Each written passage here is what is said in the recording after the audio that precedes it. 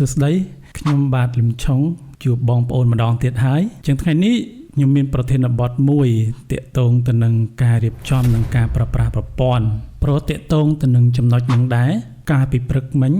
ខ្ញុំបានជួបជាមួយនឹងបងប្រុសម្នាក់ដែលគាត់ជាដៃគូជាមួយនឹងគ្នាអញ្ចឹងគាត់បានលើកឡើងអំពីចំណុចទាក់ទងទៅនឹងការរៀបចំប្រព័ន្ធរបស់គាត់គាត់ថាគាត់រៀបចំ 2-3 ដងដែរចេះតែបរាជ័យអញ្ចឹងគាត់ដាក់សំណួរថាតើ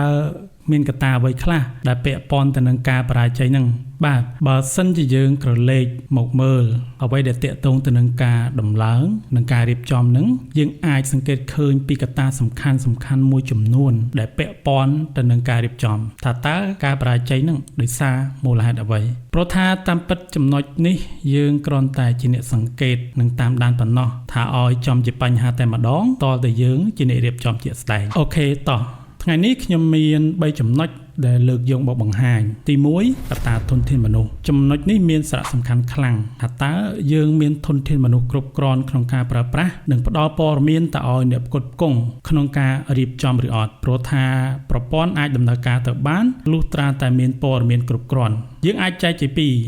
1អ្នកផ្ដល់ព័ត៌មានទិន្នន័យឬឯកសារជាក់លាក់ទី2គឺតាក់ទងទៅនឹងអ្នកប្រើប្រាស់ជាក់ស្ដែងក្រោយពេលដែលរៀបចំរួចទី2កត្តាដែនកំណត់ដែលយើងហៅថា scope ហើយនិងផែនការការងារអញ្ចឹងនៅពេលដែល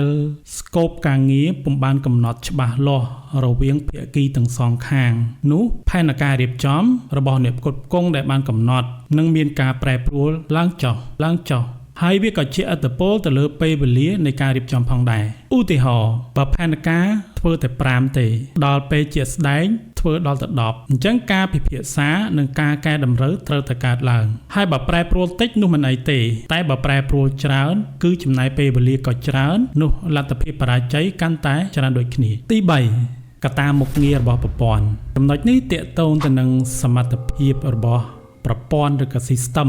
ថាអាចដំណើរការជាមួយនឹងប្រតិបត្តិការជាក់ស្ដែងរបស់អតិថិជនបានឬក៏អត់ជួនកាលនៅពេលដែលប្រព័ន្ធមានការខ្វះខាតឬជួបបញ្ហាច្រើននោះអ្នកផ្គត់ផ្គង់ត្រូវការពេលវេលាសម្រាប់រៀបចំនិងកែតម្រូវឡើងវិញទៅតាមទំហំការងារដែលអតិថិជនគាត់បានស្នើសុំក្រៅពីនេះនៅមានកត្តាជាច្រើនទៀតដែលអាចជះឥទ្ធិពលទៅលើការរៀបចំផងដែរប៉ុន្តែអ្វីជាបទពិសោធន៍ដែលខ្ញុំសង្កេតឃើញចំណុចខាងលើជាចំណុចដែលឧស្សាហ៍ជួបប្រទះហើយទាំងអស់នឹង